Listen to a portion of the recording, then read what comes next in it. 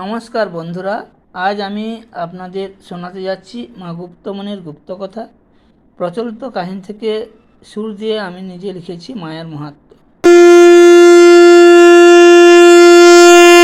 শোনো ভক্তগণ, শোনো দিয়া মন, মা গুপ্তমণির গুপ্তকথা করিব বর্ণন।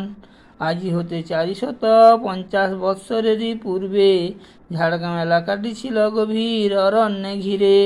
ঝাড়গ্রামের রাজা নর সিংহ মল্ল দেব শত্রু নাশ করিবারে করে গোপন যে পথ, সেই পথে অতর্কিতে বহু শত্রু নাশে, সে বহে বহু শত্রু আসে নাই পাশে।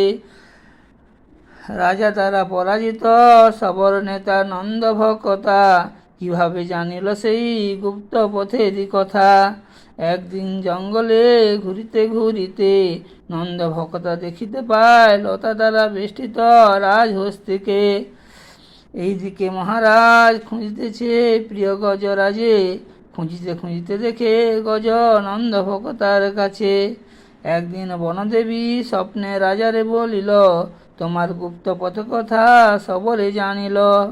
তাহাদের সঙ্গে তুমি মিত্রতা করিও, গুপ্ত পথের মুখে মোর পূজা যে করিও। মোর পূজা করিবারে ব্রাহ্মণ না চাই, তব মিত্র সবররা পূজা দিলে খুশি হই। স্বপ্ন দেখি মহারাজ সেই স্থানে গেল, সবরবাসীর সঙ্গে মিত্রতা করিল। রাজার গুপ্ত পথে রক্ষী সবেরেরা হলো, আপন জীবন দিয়ে গুপ্ত পথ রক্ষা করিল। এইদিকে মহারাজ মন্ত্রীর আজ্ঞা দিল, গুপ্ত পথের মুখে এক মন্দির নির্মাইল। সেই মন্দিরেতে নাই কোনোই মূর্তি, একখণ্ড প্রস্তর তার উপরেতে ঘটি।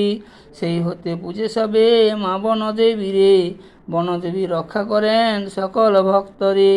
এই পূজায় চণ্ডীপাঠ কভু নাহি হয়, যে যেমন পারে পূজা সেই মতো হয়। মাতা গুপ্তমণি দেবী থাকেন সদাই জাগ্রত, বিপদ হতে রক্ষা করেন সকল ভক্ত। সেই মন্দিরতে জ্বলে মোমদীপ কত, বিজলির বাতি সেথা টিকে না কথিত। যদি পারো সকল ভক্ত একটিবারের তোরে, পুজো দিয়ে আসিবে মায়ের ভক্তি করে।